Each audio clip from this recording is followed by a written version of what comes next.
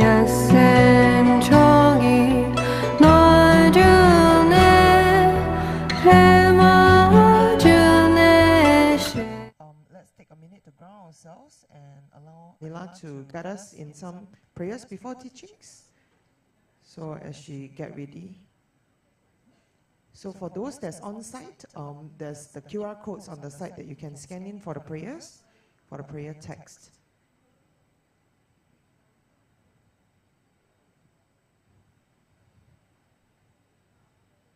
So I'll hand it over to Anila. Thank you. Om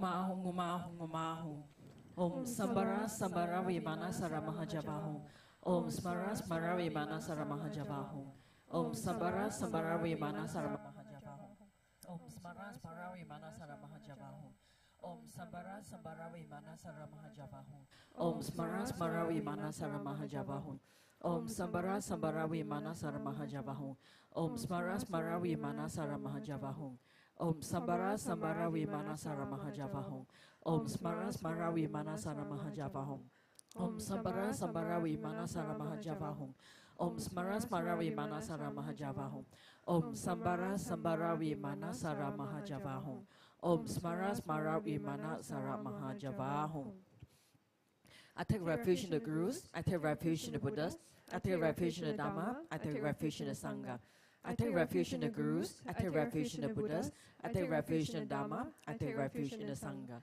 I take refuge in the Gurus, I take refuge in the Buddhas, I take refuge in the Dharma, I take refuge in the Sangha. To the Buddha, Dharma, and our Sangha, I go for refuge until enlightened. By the merits from listening to the Dharma, may I attain Buddhahood for the sake of benefiting all mother sentient beings. To the Buddha, Dharma, and our Sangha, I go for refuge until enlightened. By the merits from listening to the Dharma, may I attain Buddhahood for the sake of benefiting all mother sentient beings. To the Buddha, Dharma, and our Sangha, I go for refuge until enlightened. By the merits from listening to the Dharma, may I attain Buddhahood for the sake of benefiting all mother sentient beings. In particular, I must achieve enlightenment quickly in order to free all numberless kind mother sentient beings from the unimmeasurable ocean of samsaric sufferings and lead them to peerless full enlightenment. For this purpose, I must listen and thereafter put into practice the teachings of the profound Buddha Dharma. Tayata Shame Shamawati Shamita Shankru Ankure Mankure Marasite Karote Kyore Tezawati Uluyani Wishada Nimani Mana Panaye Kukre Kaka Grase Grasani Omuki Para Muki Amuki Shamitani Sawa Graha Banda Nane Negehitra Sarva Para Pawadina Vimuta Mara Pasha Sidapitwa Mudra Mudra Anun Gadita Sawa Mari Putarita Parishute Vigasantu Sawa Mara Kramani. I prostrate to the gathering of Dakinis of the three places, coming from the supreme holy site of space enjoying, who have the powers of clairvoyance and magical emanation, and regard practitioners as their offspring. Aka Samarata Shadarasa Mariapi. Aka Samarata Shadarasa Mariapi. Aka Shama Rasha Shada Rasa Mariapa. Tayata Gade Gade Paragade Parasamgade Bodhi Soha. Tayata Gade Gade Paragade Parasamgade Bodhi Soha. Tayata Gade Gade Paragade Parasamgade Bodhi Soha. Through the power of the great truth of the words of the exalted three jewels, may all adverse conditions be overcome. May they become non-existent, may they be pacified, may all the evils such as enemies, obstacles and hindrances and adverse conditions be pacified. Shatim Kriye Soha. May the 80,000 types of obstacles be pacified. May we be separated from adverse harmful conditions. May everything conducive be obtained, and by the auspiciousness of everything good, may there be excellent happiness here and now. May all sentient beings achieve extraordinary superior happiness and its causes. May all sentient beings be free from the unbearable sea of suffering and its causes. May all sentient beings never be parted from the bliss of supreme liberation. May all sentient beings be free of all bias, attachment, and anger to near ones and aversion to others. To accomplish my own and others' aims, I generate the altruistic intention to attain enlightenment for the benefit of all sentient beings. To accomplish my own and others' aims, I generate the altruistic intention to attain enlightenment for the benefit of all sentient beings. To accomplish my own and others' aims, I generate the altruistic intention to attain enlightenment for the benefit of all sentient beings. Reverently, I prostrate my body, speech, and mind, and present clouds of every type of offering, actually offered and mentally transformed. I confess all my negative actions, accumulated since beginner's time, and rejoice in the virtues of all holy and ordinary beings. Please remain until samsara ends, and turn the wheel of Dharma for sentient beings. I dedicate all the virtues of others and myself to the great enlightenment. The Heart Sutra. Thus have I heard, once the Blessed One was dwelling in Rajagriha at Vulture Peak Mountain, together with a great gathering of Sangha of monks and a great gathering of Sangha of Bodhisattvas. At that time, the Blessed One entered the Samadhi that expresses the Dharma called profound illumination, and at the same time, noble Avalokiteshvara, the Bodhisattva Mahasava, while practicing profound personal paramita, saw in this way. He saw the five skandhas also to be empty of nature. Then, through the power of the Buddha, Venerable Sariputra said to noble Avalokiteshvara, the Bodhisattva Mahasava, how should a son or daughter of noble family train, who wishes to practice profound personal paramita? Addressed in this way, noble Avalokiteshvara, the Bodhisattva Mahasava, said to Venerable Sariputra, O Sariputra, a son or daughter of noble family, who wishes to practice profound personal paramita, should see in this way, seeing the five skandhas to be empty of nature. Form is emptiness, emptiness also is form. Emptiness is no other than form, form is no other than emptiness. In the same way, feeling, perception, formation, and consciousness are emptiness. Thus, Sariputra, all dharmas are emptiness. There are no characteristics, there is no birth and no cessation, there is no impurity and no purity, there is no decrease and no increase. Therefore, Sariputra, in emptiness, there is no form, no feeling, no perception, no formation, no consciousness, no eye, no ear, no nose, no tongue, no body, no mind, no appearance, no sound, no smell, no taste, no touch, no dharmas, no I dhatu up to no mind dhatu, no dhatu of dharmas, no mind consciousness dhatu, no ignorance, no end of ignorance up to no old age and death, no end of old age and death, no suffering, no origin of suffering, no cessation of suffering, no path, no wisdom, no attainment, and no non-attainment. Therefore, Sariputra, since the Bodhisattvas have no attainment, they abide by means of personal paramita. Since there is no obscuration of mind, there is no fear. They transcend falsity and attain complete nirvana. All the Buddhas of the three times by means of personal paramita fully awaken to unsurpassable, true, complete enlightenment. Therefore, the great mantra of personal paramita, the mantra of great insight, the unsurpassed mantra, the unequaled mantra, the mantra that calms all suffering, should be known as truth. Since there is no deception, the personal paramita mantra is said in this way: Tayata Om Gate Gate Paragate Parasamgate Buddhi Swaha. Thus, Shariputra, the Bodhisattva Mahasava should train the profound personal paramita. Then the Blessed One arose from the Samadhi and praised noble Avalokiteshvara, the Bodhisattva Mahasava, saying, Good, good, O son of noble family, thus it is. O son of noble family, thus it is. One should practice profound personal paramita, just as he had taught, and all the Tathagatas rejoiced.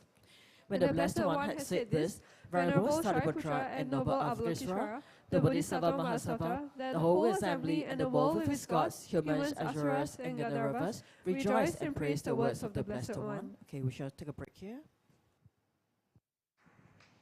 Thank you, Anila, and happy Thursday. Let's take a look at the upcoming announcements.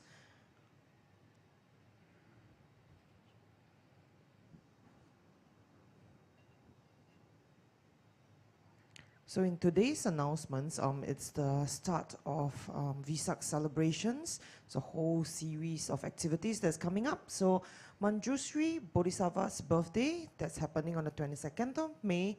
And the program will be at 8 a.m. Ocean of Offerings, clouds raining down good fortune in Tibetan. There will be a prayer. And at 11 o'clock, there will be food offering before all Buddhas in Chinese. So in celebration of Lord Manjushri's birthday on the lunar calendar, our resident Sanghas will engage in prayers and practices to create great merit and auspicious conditions for all beings. So do join us on site, and if you would like to make an offering on this auspicious day, do scan this QR code, and the closing date, please note, is at 8 a.m. the day before. Yeah. So of course, in this year's theme Vesak Prayer Festival celebrating Buddha's universal love. So from 19th of May all the way to 2nd of June, we are doing a series of Vesak Day celebration. So upon the arrival of Vesak Day, Chikchen Choling Singapore warmly welcome you to celebrate this auspicious occasion with us. So this year's Vesak Prayer Festival theme is celebrating Buddha's universal love. So a series of exciting activities will be held on Vesak Day too. So Chikchen Choling welcomes everyone to join the event. Look out, watch this space, take a look at our Telegram channels for all the announcements that's coming up. So first up will be the Yamantanka Fire Puja that's conducted by Singha Rinpoche, happening on the 21st of May, 7:30 p.m. And this puja includes offerings of various special ingredients to Lord Yamantanka in a tantric fire ritual to activate the positive potential for world peace and the happiness of all sentient beings. Scan here to register for prayer registration. Also, the ending date will be the morning, yeah? So take note, thank you. And of course, there is this special banner of victory that it's, because Vesak is coming, we have this series of victory banners that are displayed to celebrate this Enlightenment Day. So while I will continue all the announcements shortly, let's welcome Rinpoche first to do up the teaching. So everybody please rise.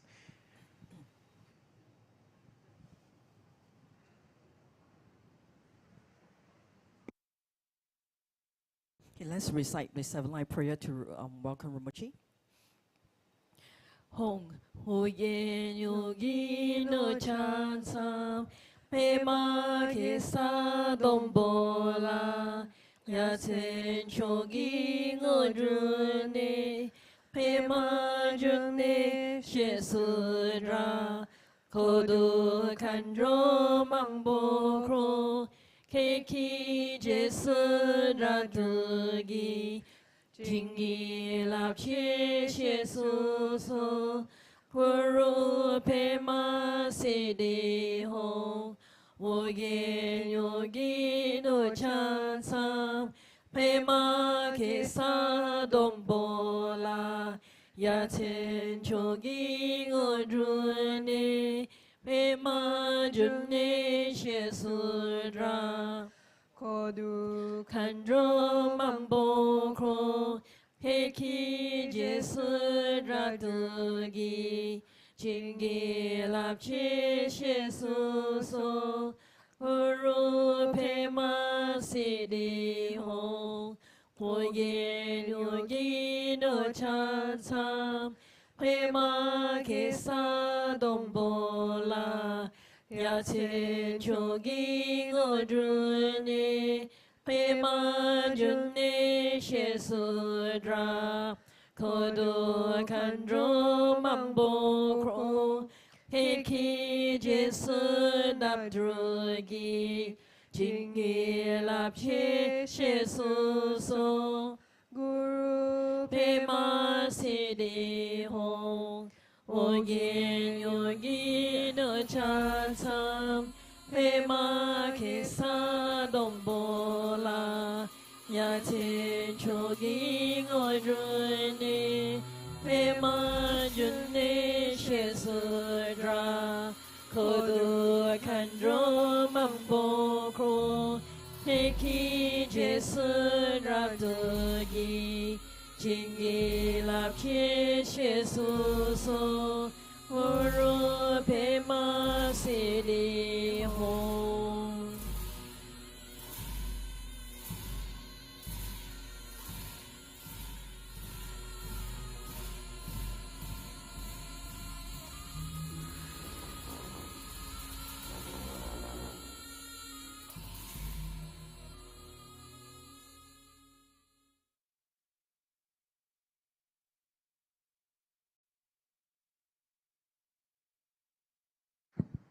Please offer 3 prostrations to Rinpoche.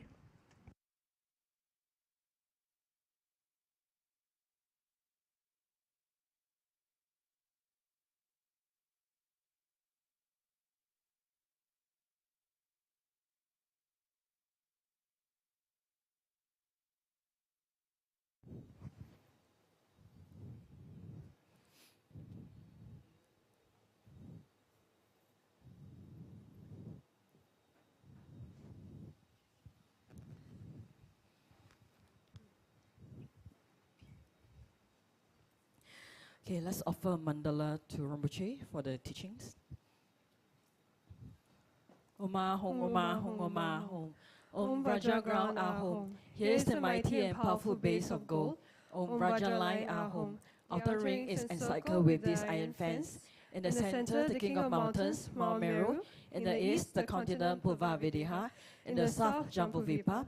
In the west, Aparagodaniya. In the north, Uttarakuru. Around the east, the subcontinents Deha and Vidiha. Around the south, Chamara and Apachamara. Around the west, Sata and Uttaramantri. Around the north, the subcontinents Karava and Korava. In the east is the treasure mountain. In the south is the wish-granting tree. In the west is the wish-granting cow. In the north is the harvest that needs no cultivation. Here is the precious wheel. Here is the precious jewel. Here is the precious queen. Here is the precious minister. Here is the precious elephant. Here is the precious and best of horses. Here is the precious general. Here is the great treasure vast. Here is the goddess of beauty. Here is the goddess of garlands. Here is the goddess of song. Here is the goddess of dance. Here is the goddess of flowers. Here is the goddess of incense. Here is the goddess of light. Here is the goddess of perfume. Here is the sun. Here is the moon. Here is the Umbrella of all that is precious. Here is the banner of victory in all directions. In the center are all the possessions precious to gods and men. This magnificent collection, lacking in nothing, I offer to you, my kind and holy root Lama, together with you, venerable lineage Lamas, and to you, Lama, compassionate Lama Luzan Luan Doji Chang. Together with the assembly of gods, I offer this pure and beautiful collection to you. In your compassion, accept what I offer for the sake of all beings. Having accepted this to myself and to all beings, please grant your blessings through your great compassion. This ground anointed with perfume, strewn with flowers, adorned with Mount Meru, 4 continents, sun and moon, I offer in visualizations as pure Buddhas. May all sentient beings thus enjoy this pure land. Objects of my attachment, anger and ignorance, my body, my wealth and enjoyments, without any sense of loss I offer this collection. Please accept it with pleasure and bless me with freedom from 3 poisons. Venerable Holy Gurus, in the space of your truth body, from blowing clouds of your wisdom and love, let fall the rain of profound and extensive Dharma in whatever form is suitable for subduing sentient beings. Om Idam Guru Ratna Mandala Kapniyatayami. Precious Guru, please grant me all realizations of the path, from Guru devotion to the completion of the training, the unified Raja state. Please grant me blessings that my mind will become Dharma, that Dharma will become the path, that hindrances the path may not occur, that I may cease all wrong conceptions and receive immediately the 2 precious bodhisattvas. Okay, let's all go Rinpoche. Good evening, Rinpoche.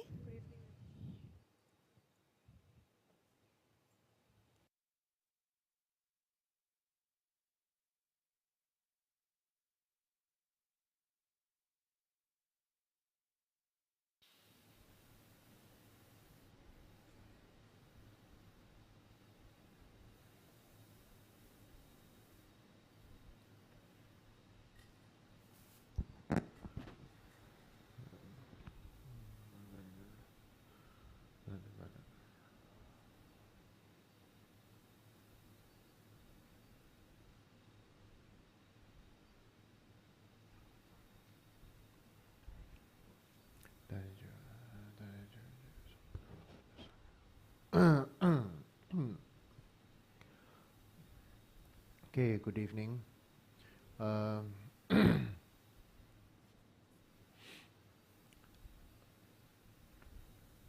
Some questions today. So the first question says that, please explain the emptiness of the 4 Noble Truths. So, Buddha's first teaching is the 4 Noble Truths. After he attained, he woke up, so he says, he said to the first 5 disciples about the 4 Noble Truths. Let us now understand what is the motivation for the first, for this topic, for the first teaching. When you can understand the kindness of Shakyamuni Buddha, somehow being a meaningful human being, a beneficial human being, really becomes much more meaningful and easier.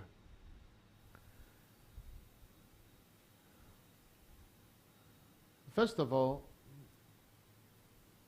I must say, Buddha asked us to take refuge to the Buddha, Dharma and Sangha. He didn't ask us to become a Buddhist, you know.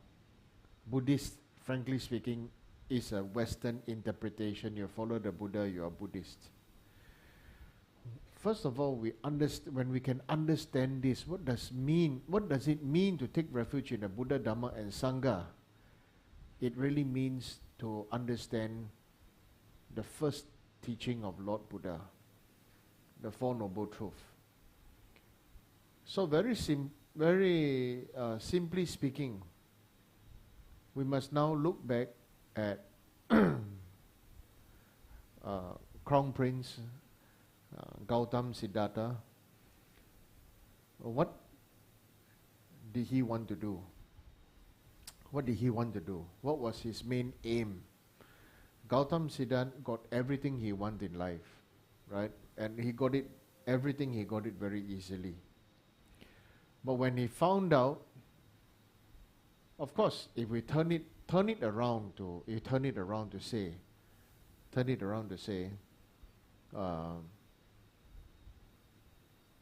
he's very kind-hearted, he's this and that. His personality might have been quite a spoiled brat, isn't it?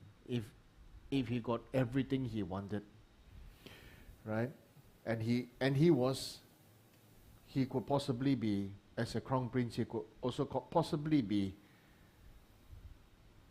have arrogance, have pride, just like us have arrogance, have pride. So this something that triggered him, that what he couldn't get was what made him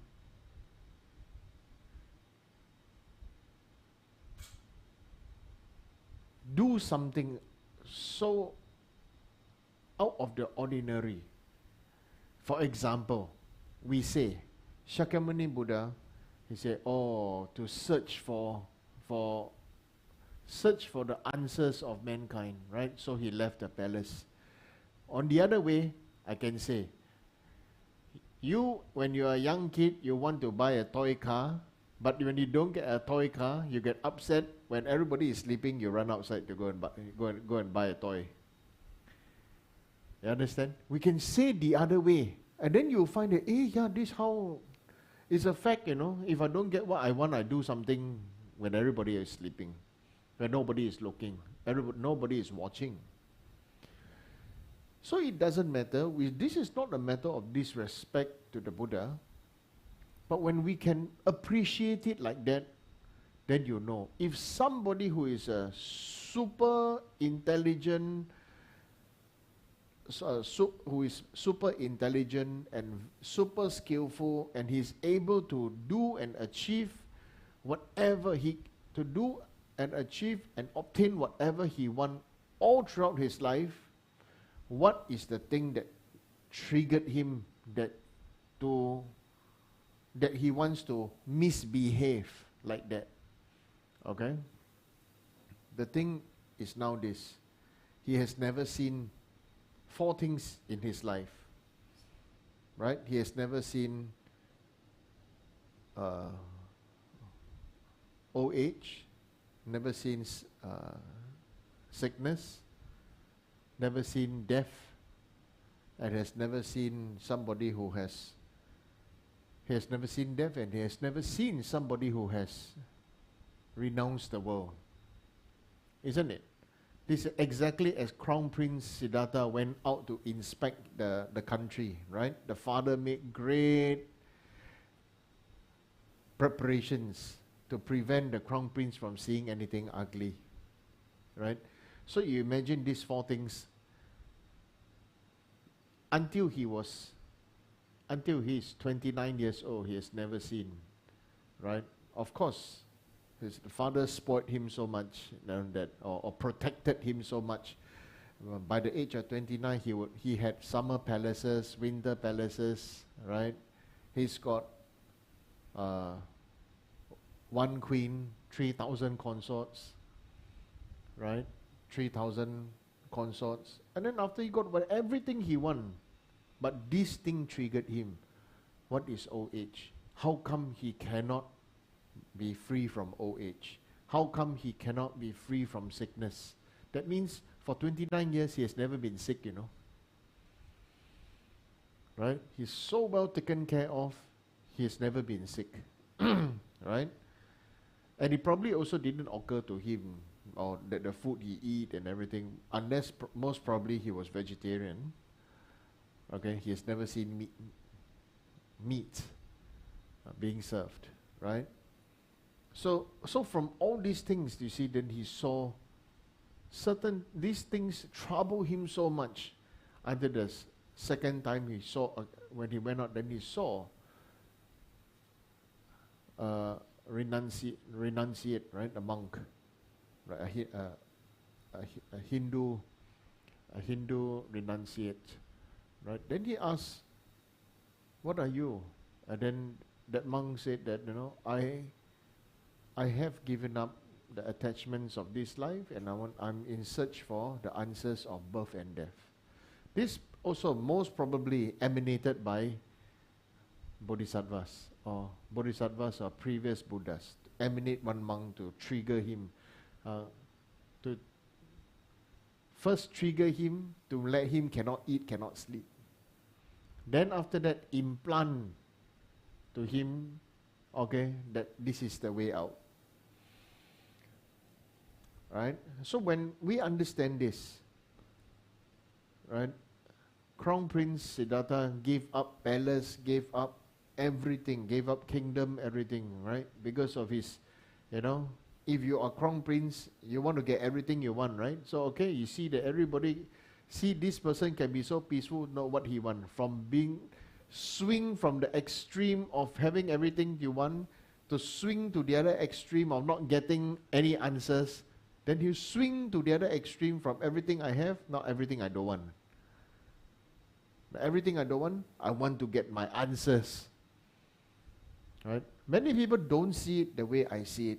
I always think Crown Prince Gautam Siddhartha definitely must have reacted in this way. Of course, history and many people being Buddhist, you know, or must say the Crown Prince Gautam Siddhartha very good and everything, very angel, this and that. Yeah, but I'm seeing it from the point of view as ordinary human being. But you know, if we look exactly like now, even anybody who is very rich, ordinary human being with maybe strong merits and very rich, and get everything they want, they probably also be very arrogant, right? So then comes 6 years of non-stop deep pain and suffering, right? 6 years, don't eat, don't drink, right? Don't eat, don't drink. So many things he made himself suffer. Still he couldn't get his answers, right? By the time he got the answer, by the time he woke, of course, I'm just cutting short the story of seeing, you know, the boatman, the musician and the disciple, right? If the string is too tight, you don't get a good sound. The string is too loose, got no sound, you need a middle path. Then after that, he took his begging bowl, put in the river, say, if this is the truth, then may it flow upwards. Some people don't believe that water can flow upwards. The bowl float upwards. I have experienced when I was doing retreat with my gurus.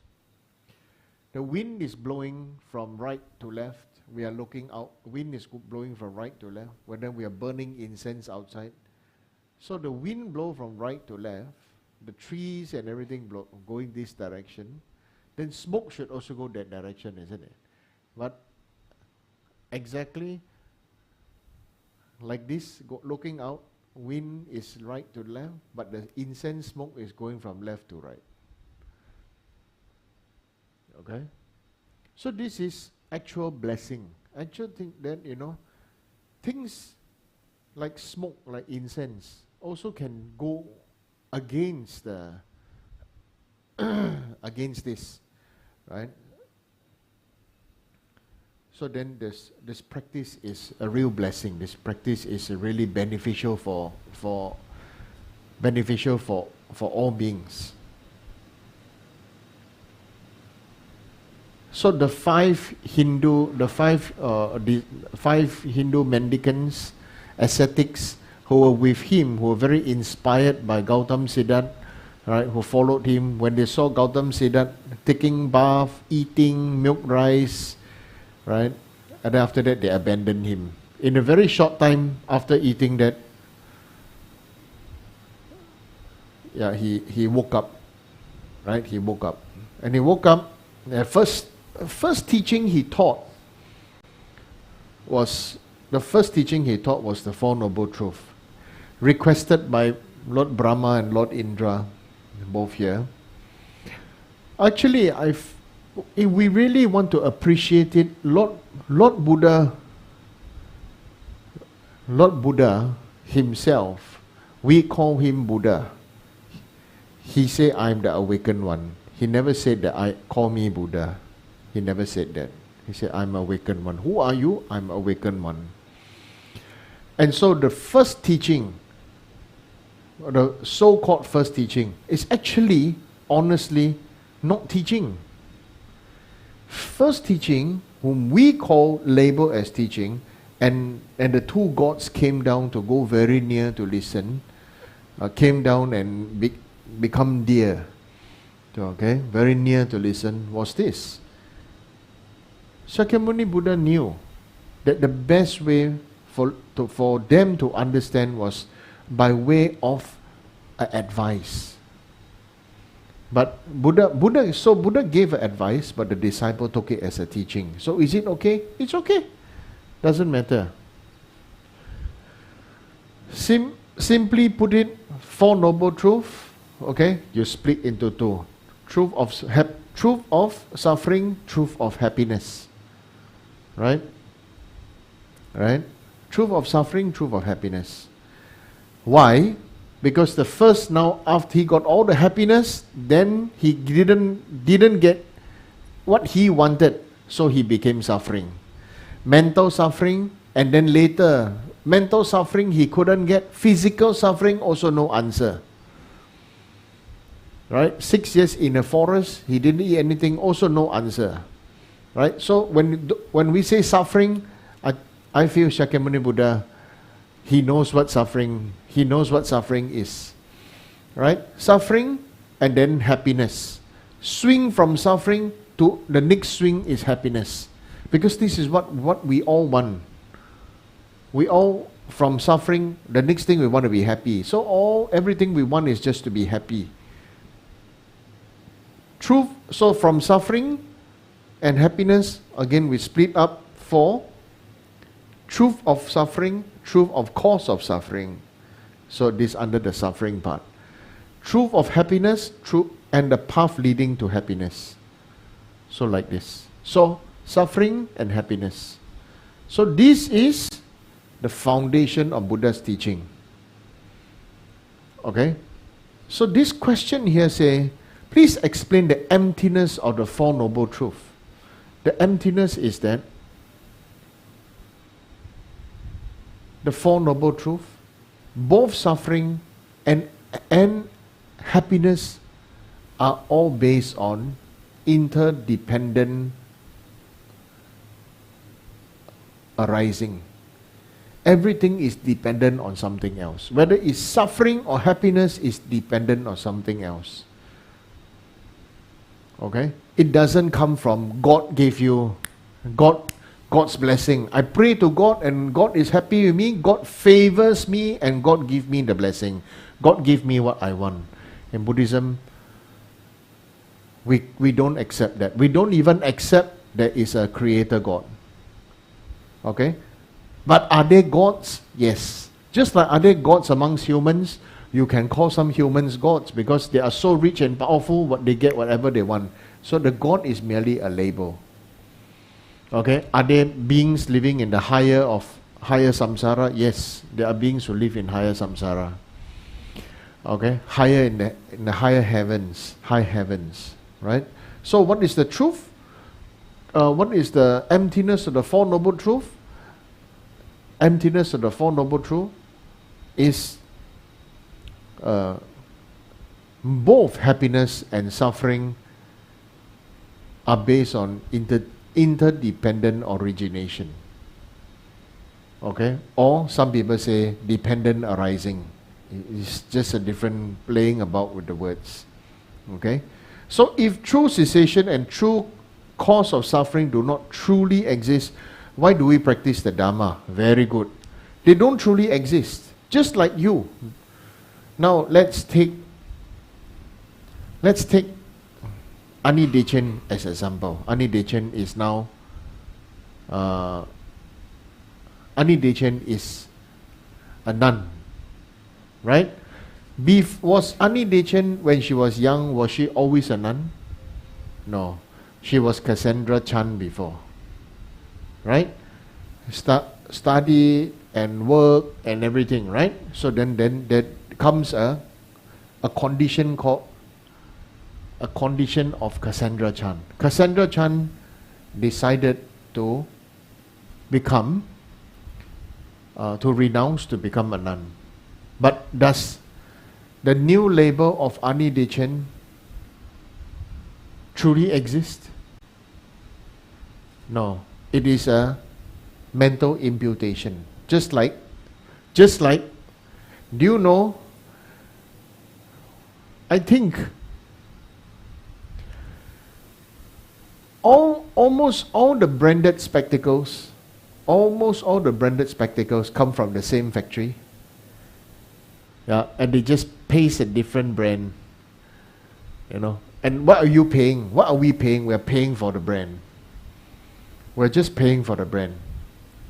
We're getting the same thing, same material from the same factory, but it's from different brand, LV, Coach, Gucci, and I don't know, got cockroach, maybe some funny name, or lizard, right?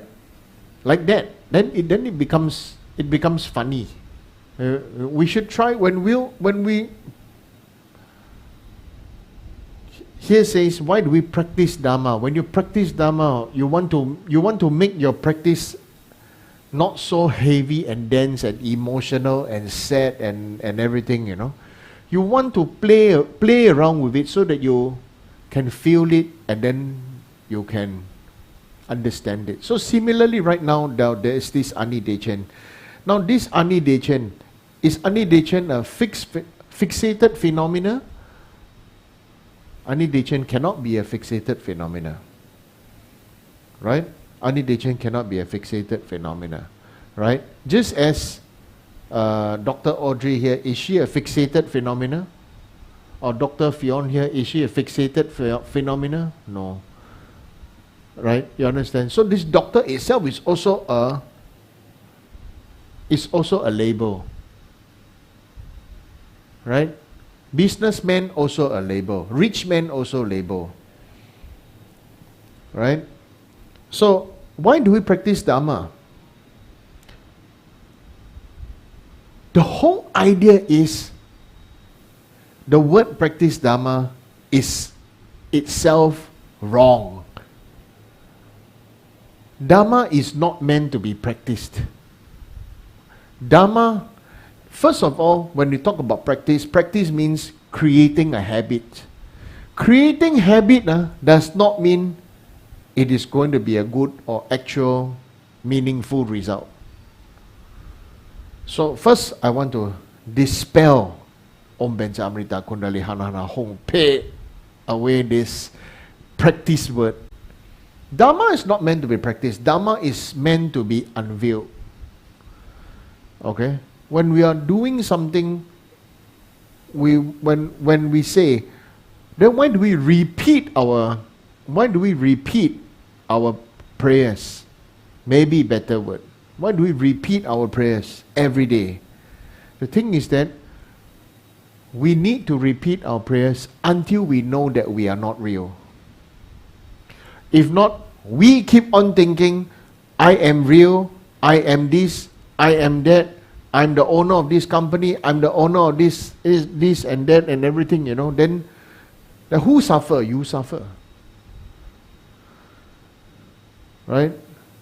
What is the greatest cause of suffering? The greatest cause of suffering is when we start to fixate our belief that who and what we are, and when we are totally habituated by everybody else by not being responsible. Nobody wants to be responsible. Everybody just wants to say, oh, this is your problem because of you, that's why this thing happened to me, because of that happened to me.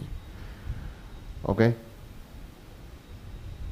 True cessation and true cause of suffering don't truly exist. Why do we repeat the prayers, or how do we cultivate Dharma? You cultivate Dharma because you want to be truly convinced that you can change your phenomena. You can change your phenomena, you can change your situation, and you can change your life by taking charge and take ownership of everything else, and not rely on praying to God or making offerings and then after that wait for a good thing to happen. It doesn't work like that. It never works like that. Okay? Especially in Buddhism, okay, we believe in this. Sow seeds, don't drop bombs. Okay? Sow the seeds, create the condition, like I said, in early Buddhism is talk about cause and effect, right? But in actual Mahayana Buddhism, which is a later development of early Buddhism, it's a cause, condition, fruition, and effect. Right? Chinese say 因缘果报. Right? Cause, condition, fruition, effect. If you just say cause and effect, it sounds like waiting for something bad to happen, or a revenge, or something will come back with a vengeance. Okay? And this is very clear when people like to talk about this thing. Many Chinese people like to say this, right? Whatever humans are doing, heaven is looking. Okay, it's like waiting for something bad to happen to you. 人在做，天在看. Okay? Then this is useless. This is bad. Okay? So why do we want to cultivate Dharma? We want to cultivate because we need repetition to convince that we are not fixated. That's why when you take a refuge ceremony, you are given a new name. You are given a new name, just like people who go through baptism, they are given a Christian name. Why? Because you take on a new identity. It's supposed to help you shake off that idea that you are definitely only can be known by this and that. So why do you practice? Okay, you want to practice is because you want to go straight to the core, that things are not fixated, therefore things are not permanent, therefore things can be molded, and therefore things can evolve, can change, can evolve. Okay? I learned a new English word the other day. I was looking, okay? I feel this new English word may be meaningful for some people, which is called the mind's nature is that of plasticity. like plastic, it can be molded. Okay, it can be molded. Or like the nature of buns, like nature of dough. Right. How do you make a bread? How do you make a bun? Okay. A bun is definitely Buddha's teaching based on cause, condition, fruition, and effect. Right? Previous cause, growing the wheat. Condition, creating that of condition of making it fertile, having water, having everything, right? Fruition, harvesting the crops, the seeds, and then the effect, fruition and the effect of grinding, milling it into flour. Okay? And then after that you can make whatever you want of it. That fruition and effect. So understand it from there. Is wisdom the only thing that exists? Even wisdom truly doesn't exist. Right? Such as the sky. The sky is all pervasive and boundless. Does it need wisdom? No. Okay? Because we have a real eye, we have a current body which believe that we have a current eye, therefore we have this deep suffering. Actually, for normal people, we don't have as much suffering as people who are born into powerful families. Like for example, maybe you are born into a great clan. Okay, maybe in Japan they got this family, that family where the family got a crest, right? Or in old Tibet or in old China, right? Under the banner or the red banner, the yellow banner, where all the different banner men. Okay, where you are born there, or like so they have a clan, powerful political power and this and that. So when you're born, the moment you're born, you're being brainwashed that you are this identity. Therefore, this clan cannot like the other clan. Very easy, Romeo and Juliet. Right? They love one another but cannot be together because of surname, because of clan, because of the crest. Right? Yeah. If suffering doesn't really exist, why do we feel pain when we are injured? Well, you feel pain because of condition. You feel pain because you have a situation of having a body that currently still works. Right? Because if you have a body but is injured, for example, maybe you have diabetes and and then diabetic person step on glass, the feet is bleeding but he doesn't know. So then, doesn't know. The body is not functioning well. The feet is bleeding but he doesn't know. He or she doesn't know, no feeling. Okay? So suffering doesn't really exist, why do we feel pain? So the thing is, even the terminology of suffering and the label of suffering also dependent, therefore arising or not. Right? Person who is not diabetic, step on a glass, step on a pebble, step on something, bleed, got cut, feel pain. Person who is diabetic or person who is something, or maybe no feet, crippled, have no feet, nothing to step on, no pain. Everything is cause, condition, fruition, effect. Okay, so that's the first answer. Second question, according to Lama Zopa Rinpoche, reading Dharma texts and doing prayers and pujas does not mean one is practicing Dharma.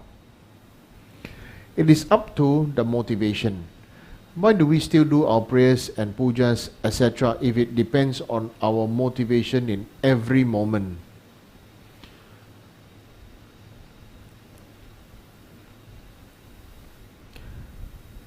First of all, be kind to yourself. It is not possible for everybody to be mentally present or mentally concentrated every moment. Okay? according to Zopa Rinpoche, it's not just according to Zopa Rinpoche. Lama Atisha, right, said the monk, right? There was this monk who was reading the text, right, very loudly, and then after that, then Lama Atisha said, it's good to read the text, but it's better to cultivate the Dharma or practice the Dharma, right? So the monk next day thought, okay, reading text is not practicing Dharma, then I'll circumambulate the stupa. Then again he said to the monk again, circumambulate stupa is very good merit, but it's better to practice the Dharma, right? So then that monk got upset and shouted at Lama Atisha, and Lama Atisha's answer was, they shout, then what is practicing Dharma, right? So practicing Dharma is about forgetting the attachment to this life. Of course, the exact translation is forget this life. I'm adding the commentary is forget the attachment to this life. Right? Forget the attachment to this life.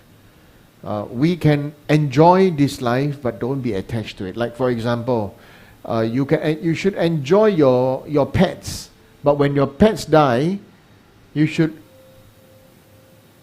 be happy that you have been a good guru to your pet, and your pet is not your geisha and not your prostitute. You know, I always like to purposely use this word. The pet is your geisha. Why? You buy this pet, you feed this pet, you bathe the pet for a pet to make you happy. Right? You got your pet dog, pet cat, whatever. You know, after that becomes something ego boosting. Right? So, what does it? Why do we still do prayers and pujas?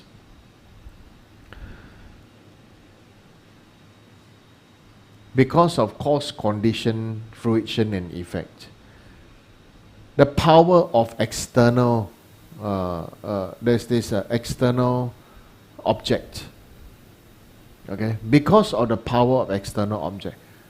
I am not practicing, my practice is not so good, does not mean the effect of my practice is not beneficial.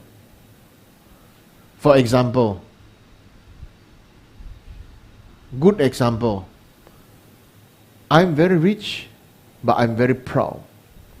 I give donation to an orphanage or old folks home, right? And then I ask everybody come and take photo and this and that and everything. The motivation is not good, right? The motivation is to be proud, show off and this and that. But is the effect beneficial for the orphan? Is it the effect, good effect for the poor, the old people? You understand? So therefore right now is this, good result is dependent on external object. Because of having a Buddha statue, right? Having a Buddha statue, having an external phenomena of a temple of a building called a temple that serve its purpose to let people congregate and study or practice or meditate together and deepen the quality of our life. The purpose of practicing Dharma is not to make ourselves happy. The purpose of practicing Dharma has never been to make you happy. Has never been. In fact, practicing Dharma always make people very uncomfortable. The purpose of cultivating Dharma, why do I choose the English word cultivating Dharma? Because cultivating need to observe, be aware whether they are insects or not, right? Whether the leaf growing in a healthy manner or not, healthy leaves coming or not, right? You need to trim the plant or not, right? You need to trim, you need to fertilize or not, right amount of water or not, correct type of fertilizer or not, is it blooming according to the right season or not, is it, is it fruiting?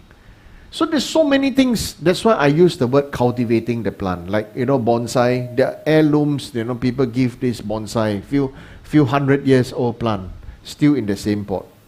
But they slowly, you have to keep on trimming and trimming and trimming and trimming.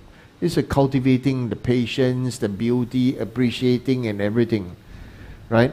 So when it comes to this doing pujas and everything, about cultivating the mind, it's the same, right? We may not have the best of motivation, but it doesn't mean it does not have a positive effect for others. Understand? Right? So in the beginning, nobody have good motivation. Who will do any good thinking for my next life? No. Who will do any good deed the thing for enlightenment for all beings? No. You have to slowly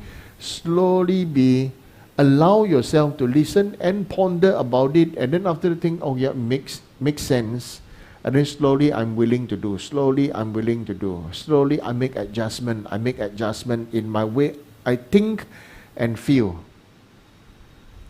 Okay, and then having the ability to be powerful.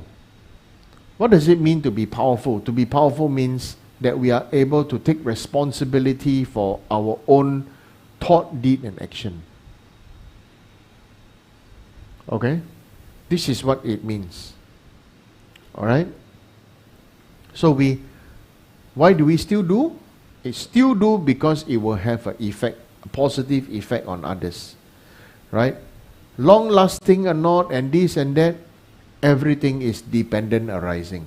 Doesn't need us right now to worry so much, right? You see, so if we say, why do we do if it's going to end? Why do we do if it's going to this and that? This is also a kind of laziness.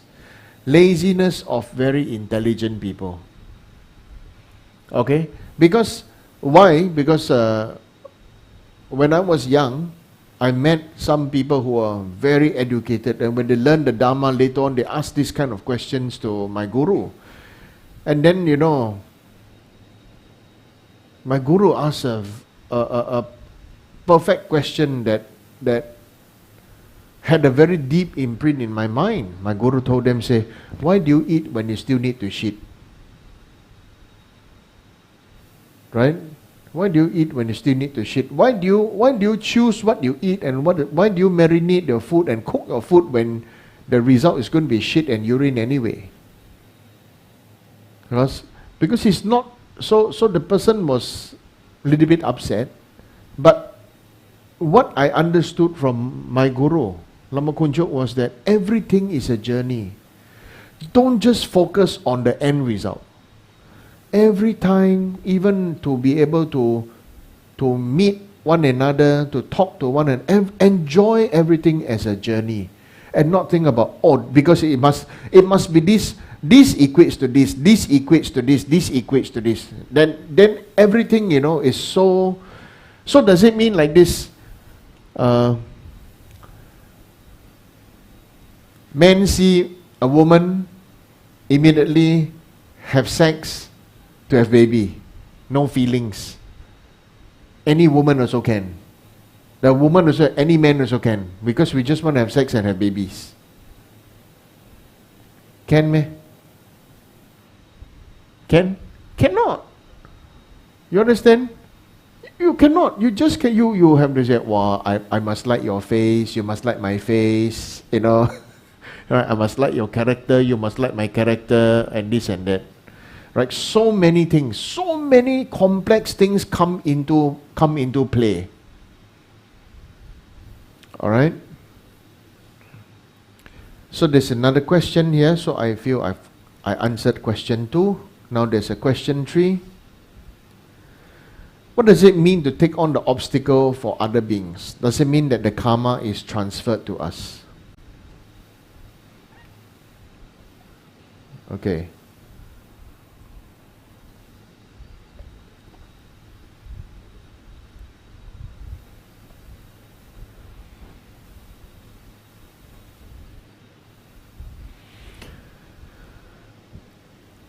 To take on the obstacle for other beings really means expanding the boundaries of our phenomenal mind. Okay, I want to use this term, phenomenal mind, because we are really a phenomenal being. Based on particular phenomena and situation, we are what we are today. And therefore, our mind, our belief, our everything fixed on must be like this. For example, you are Chinese, right? And therefore, you think like this, like this, like that, like that. What if you are Chinese, like Chinese girl or Chinese boy, but brought up, given away at birth because the parents too poor, brought up by Indian family? You got Indian name, Tamil name, and then eat Tamil, cook Tamil food and everything. But your Indian parents let you learn Chinese, English and Tamil and everything. Okay? I want to say one of our greatest supporter of our temple is this is a real situation, not joking. Yeah. She's Chinese and grew up, family was poor. She brought up by Indian family. Yeah. Because Indian couple didn't have children, so brought up, took the Chinese baby and then brought it up like their own. Right? So I feel so great. Right? But now we think Chinese definitely like this. But what if suddenly got one Chinese lady or Chinese man who can speak perfect Tamil and think like an Indian, talk like Indian and everything, then you lost, you're lost. So that's why I say, you and I, we are all a phenomenal, what English word I used just now? Phenomenal appearance, maybe. Phenomenal personality. Right? Like maybe some of you educated in Australia, some educated in England, some educated in Singapore, educated, I don't know, everywhere, educated where. Okay? Yeah, you can study anywhere but not be educated in any way. Right? So what does it mean to take on the obstacles? It means to expand the boundary. For example, a great thing is, first I say, I use this example is, if you get COVID, when you get COVID, change the word, when you get COVID. Who didn't get COVID before? Sooner or later you're going to get. You just think like that, You just tell yourself, when I get COVID, you won't be scared, But you say, I don't get COVID. If I get COVID, I pray I don't get COVID. What's going to happen? You just think what's going to happen. Your mind will be so traumatized when you get COVID. Right? Like for example, many people say, oh, now difficult to get workers, no workers. Where did all the workers go? Dead lah. He got COVID and died, no? Because that time, no vaccination, died lah. How many people died, And all the people who died, a lot of the people who died are people who are working in the service industry. Because when it spread, always spread through them first. Right? Who pray for them? Anybody pray for all those who died from COVID? Lucky I did. Right? So you get COVID, you think, you feel, now that I got COVID, may I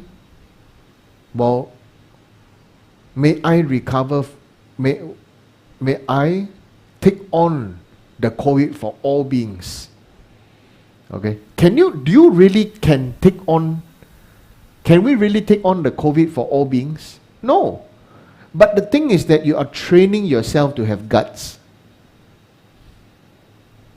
This is called mind training, mind plasticity. Do you dare not? You got the guts to say that now that I got this, may I take on all the COVID for all beings, so that the world will have no more COVID. Reality is COVID will still be there. Even you got fever, even you got normal cough and cold, it's going to be there. Right?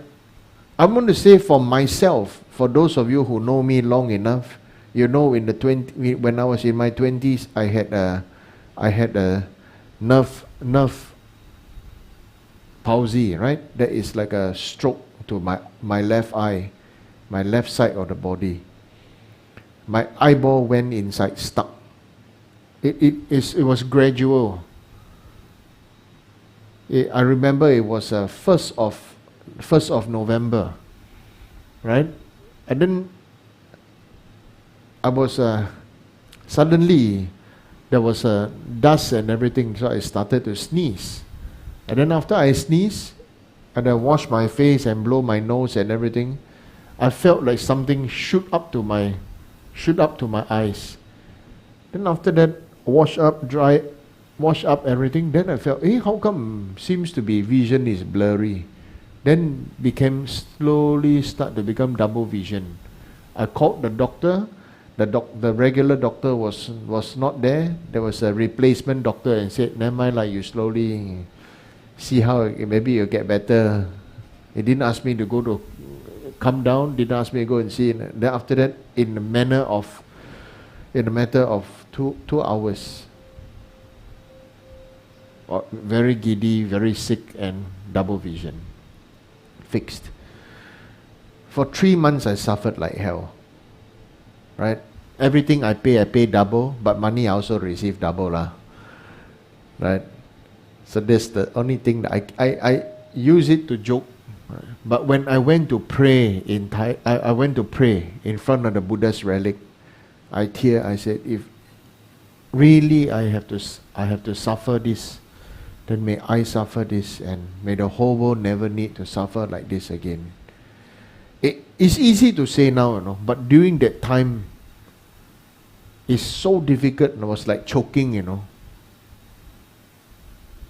Right? And then I was tearing, really. I felt myself feeling so sorry for myself. I felt myself having the pain. I felt myself having the sadness. And then I feel, if I can feel this, if I'm somebody who knows the Dharma, studied the Dharma, practiced the Dharma, cultivate the Dharma, and still feel like that, how about those people who don't? So at that time I pray. After that I pray, I think I spent maybe half an hour crying in front of Buddha's relic. Right? Made offerings, then I went back. I didn't feel well. I didn't eat dinner. I remember I didn't eat dinner. I slept early that night. Next morning, I take my spectacle. My spectacle had prism. And there was a layer of elastic, like a plastic. They had many lines on it. It was a prism, so that it could correct my vision to see one. So one side is normal glass, the other side had lines to have prism. Next morning I put it on and I felt very sick. Right? Then I took it out. Then I rubbed my eyes, put it on again, I feel very, very sick. Then I realized I recovered. I wanted so much to go back to the temple to pray, but I had to. It's in Phuket, right? But I had to leave. The flight, I have to go straight to the airport. So I made a vow, I definitely will go back to pray, to the Buddha's relic there. So what I want to say is this. This is something from my own experience. Okay? Will everybody be free from eye problem? No. But I tell you, that time when you are really in the situation of pain and suffering, and you really have to gather the guts to say, may I take on the suffering. It's not easy. Right? When people suffer you will see people, suffer from all kind of sickness, all kind of everything, you pray. may I take on that suffering so they don't need to suffer. Will you take on, would the pain physically come to you? No, you won't. But do you even dare to stir shit for your own mind or not? You know, we say, there are people whom we call shit stirrer, right? They only stir shit for other people, right? But for Dharma practitioner, we have to learn to stir shit for our own mind. Other people got leukemia, we say, oh, may I take on their suffering, may they be free from their sickness and pain. Right? This is stirring shit, you know. This is stirring, and then you see, when you make yourself to pray like that, to transform your mind like that, even if you got the karma to get leukemia, because somebody who get leukemia, even if you have the karma, maybe by saying like that, it will purify the karma of you having leukemia. You understand? So what is Dharma cultivation? Dharma cultivation is like that. It is a means to destabilize our take for granted mind. Our mind every day is take things for granted, isn't it? Okay, so what does it mean to practice Dharma? Practice Dharma, it means to face ourselves, and it's not comfortable. Why complain when you ask for trouble? Why complain when you take refuge to the Buddha, Dharma, and Sangha? Say, I want to be the truth. I want to know the truth. And when the truth comes, I cannot take it. Right? So does it mean that the karma is transferred to us? I would say that karma purifies our cause of having that same type of pain. You understand? So that is why it is graceful and blessed to pray for others. Okay? So this is my answer for this third question. Fourth is, what do we do about an unobtainable desire that is causing us great suffering and moral dilemma? For example, feeling strong sexual desire towards people that you should not be having these feelings for. First of all, it is not what do we do? There's nothing to do. When you got attachment, when you got desire, it's not about doing something. It is not about being morally pure. What is equanimity? What is equanimity? Equanimity means you accept all beings as they are. If you say that, how can you be free from passion and desire and attachment? It's impossible. It's like you say, you know, how can you change the chili plant to become sweet when you grow the chili there? First of all, we must understand how we are made. No? We are made out of sexual union and desire of our parents. Right? Isn't it? Right? So you cannot remove this part of you. If you remove this part of you, it's like you're taking out of a heart or taking out of something, take something out of you. You just cannot.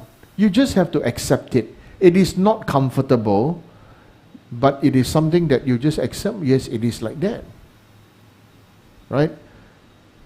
Causing you great suffering and moral dilemma. Great suffering is because you refuse to accept that all beings are like that. But where is your compassion? Compassion. Change the suffering to compassion, everyone. Don't tell me every one of you here don't have sexual desire. Every one of you here don't have attachment. Every one of you here don't have very pure. You understand? Everybody have. We just need to know everybody have. Okay? And nobody need to act virgin about this. Okay? Nobody need to act virgin about this. Right? Then your strong moral dilemma, this and that, the dilemma is, why dilemma? Maybe it's good that you talk to the person and become friend. Where does dilemma, where does this suffering come from, you know? This dilemma, this suffering come from because you have self-cherishing. I don't know how to say in English. Chinese is 私心. How do I say in English? Ne. 私心, right? Tear heart. 私心, how to say? You have the mind that is selfish and secretive. You have a secretive mind that you are actually, what do you say? I cannot hear. Yeah, plotting. Secret agenda. Plotting to you call lah. Alamak. Keep long hair lah. Every Nisha coming soon dah.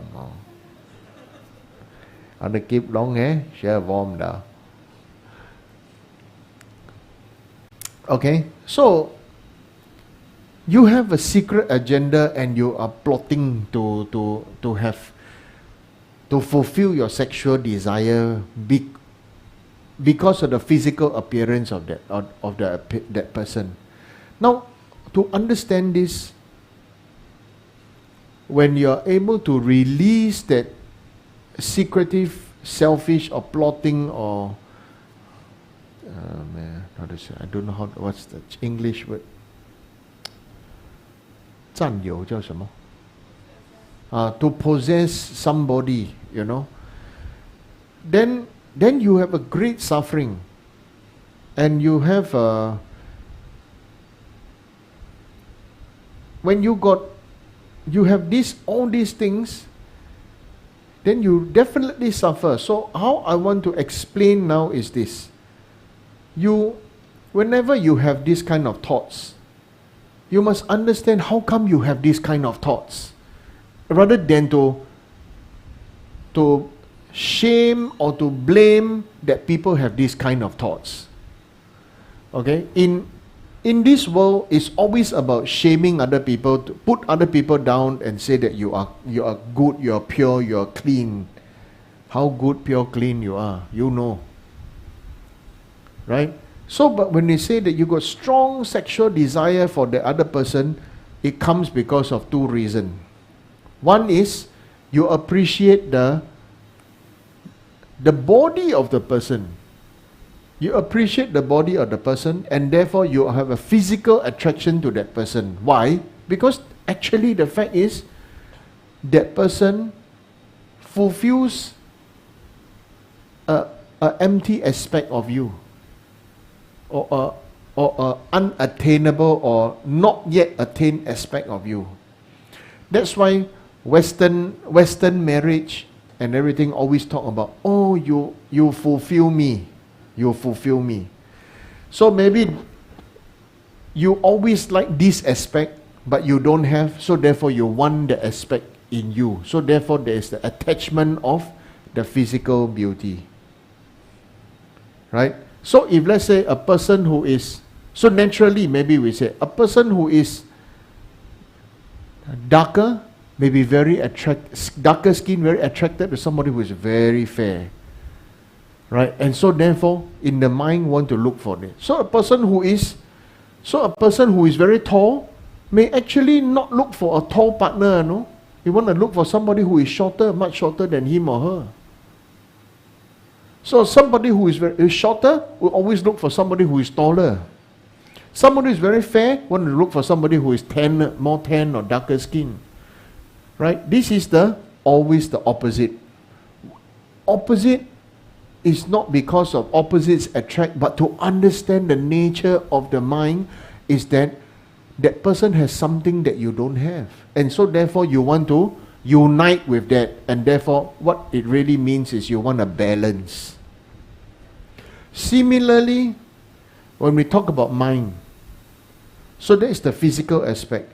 another aspect is, some people say, wow, this guy so handsome, why the wife like that, or the girlfriend like that? You know, or you know, or this lady is so beautiful, how come the boyfriend like that one? The look like that, wow, they say really like, you know, go and bang on the wall, long pia, right? Or somebody who is university educated, how come go and marry somebody who is like maybe ITE or something like that, secondary school, you know, or maybe didn't complete secondary school. So people make this kind of comments, but the real main thing is this: you have to understand what's going on behind the external phenomena mind. Is actually now the attraction is what qualities of that mind does the other party have. The other party have these qualities, so therefore you are very attracted to the qualities and the mental qualities of that person. So maybe like, for example, you look very strong. Outside actually, some people very strong, actually inside macho Mary, you know. You understand? So, very strong, but inside actually very weak, very frightened, right? This and that. And then this guy, right,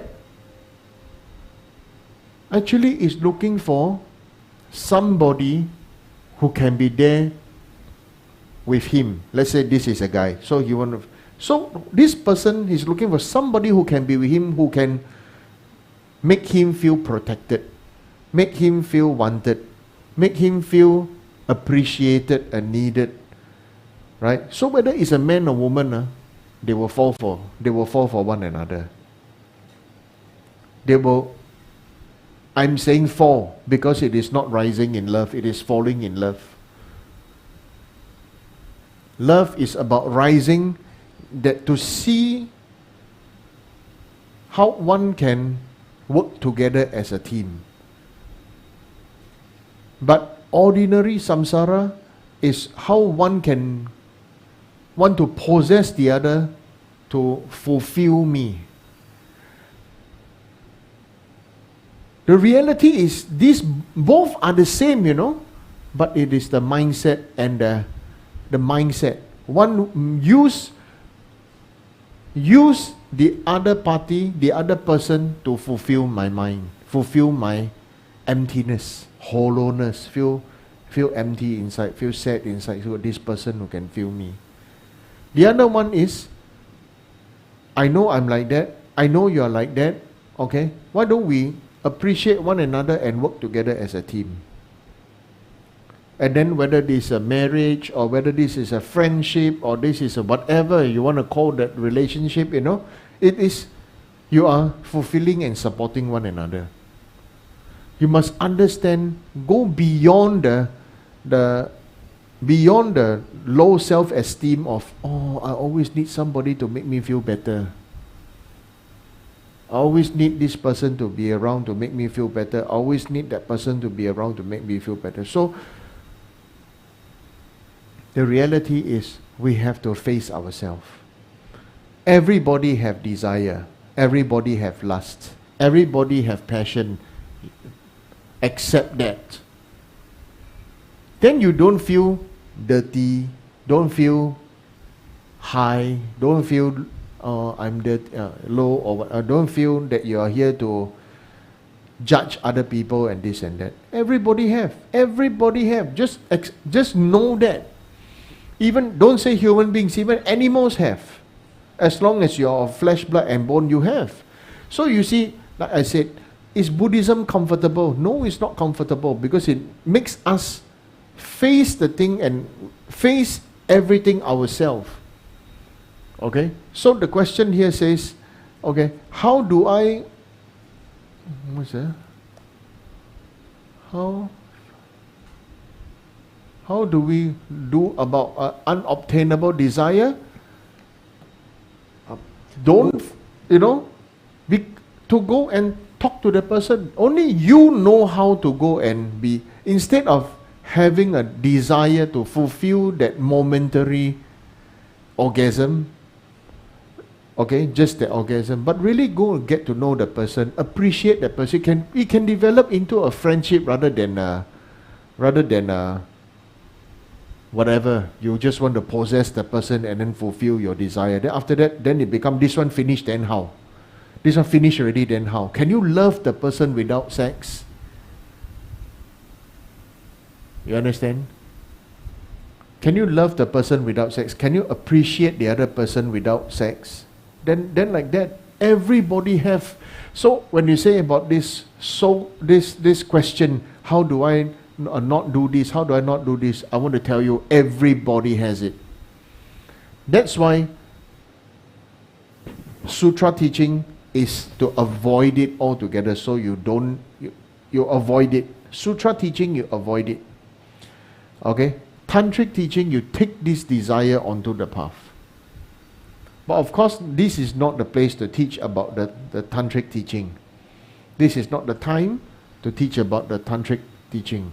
But in the sutra teaching, then very clearly, look at Theravada, look at Chinese Mahayana, look at the sutra teaching of Buddha, is then don't do. So what they do, they do something else too. They do a lot of other things to distract the mind. Eat vegetarian, don't eat this kind of thing because it will trigger your body to have this kind of hormones, this and that, right?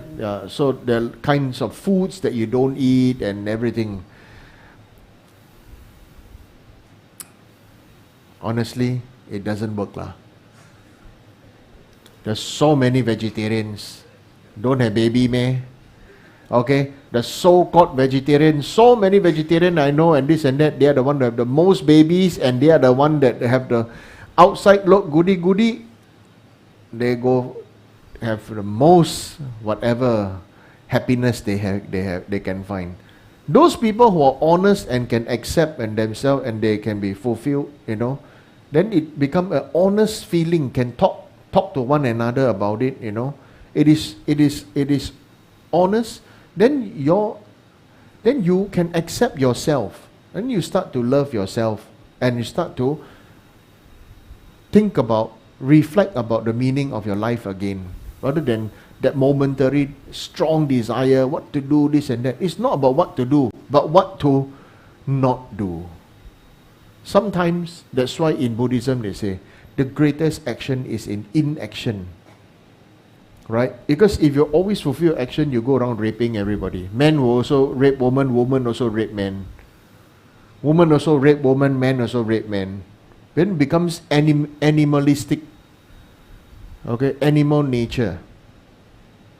Okay? So the thing is that, what not to do. The first greatest thing I got when I was young, I learned.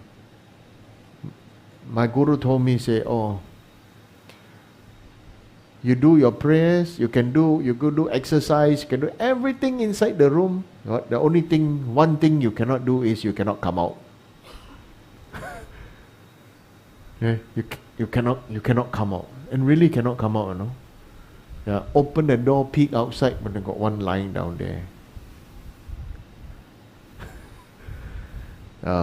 My room got window. Open the window, look outside, see the birds flying, see the trees. It's like confinement, like jail. Jail and confinement and do prayers in the monastery. 17, 18 years old. I tell you, no fun, man. Right? Okay? So, and it's alone. And sometimes always blackout. And sometimes no water. Okay? Yeah. So the main thing is this: get to understand yourself. Don't judge yourself. Don't judge others. Understand yourself. Understand others. Okay? Everybody sure have all these kinds of feelings for all beings. Okay? Then we need to face ourselves and we need to ask ourselves, do you want to go ahead, what is the benefit, what is this and that, then again, check the first question, what is your motivation? What is your motivation? Okay? So that's why I say, Buddhism is not for everybody. Buddhism is for those who dare to who want to face ourselves and want to figure out the answers. You see, the teachings are there. The application and the figuring out is everybody is different. Isn't it? Everybody is different. Just like, going to see Chinese doctor. Everybody got the same complaint, same pain. See Chinese doctor, the doctor acupuncture, everybody different. Why? Because the doctor problem lah. Doctor don't like me, put more needles. Doctor like me, put less needle. Cannot be what, correct? But it's up to our own interpretation, right? I must say like that because the Chinese doctor is here. After she don't like me, she put more needles. You understand? Yeah. So with this you understand. Everything arises for us to face and see. It's not because somebody want to harm us, but because we are seeing the real nature of our own mind. Okay? Right? Any other questions? Okay, thank you. Short mandala offering will do. Thank you. Umahung, umahung, umahung. This ground anointed with perfume, strange flowers, adorned Mount Meru, four continents, sun and moon. I offer in visualizations as few Buddhas, may all sentient beings thus enjoy this pure land. May my venerable Guru's life be firm, his white divine actions spread in the 10 directions, and the thought of Losang's teaching dispelling the 3 worlds being darkness always remain. Om Yidam Guru Ratna Mandala Kamyatayami. Om Savasti. Like the colors like grace. So just to throw a spana to your mind, you can off the live. Huh? Yeah, you can cut already, yeah. So just to throw a spana to your mind,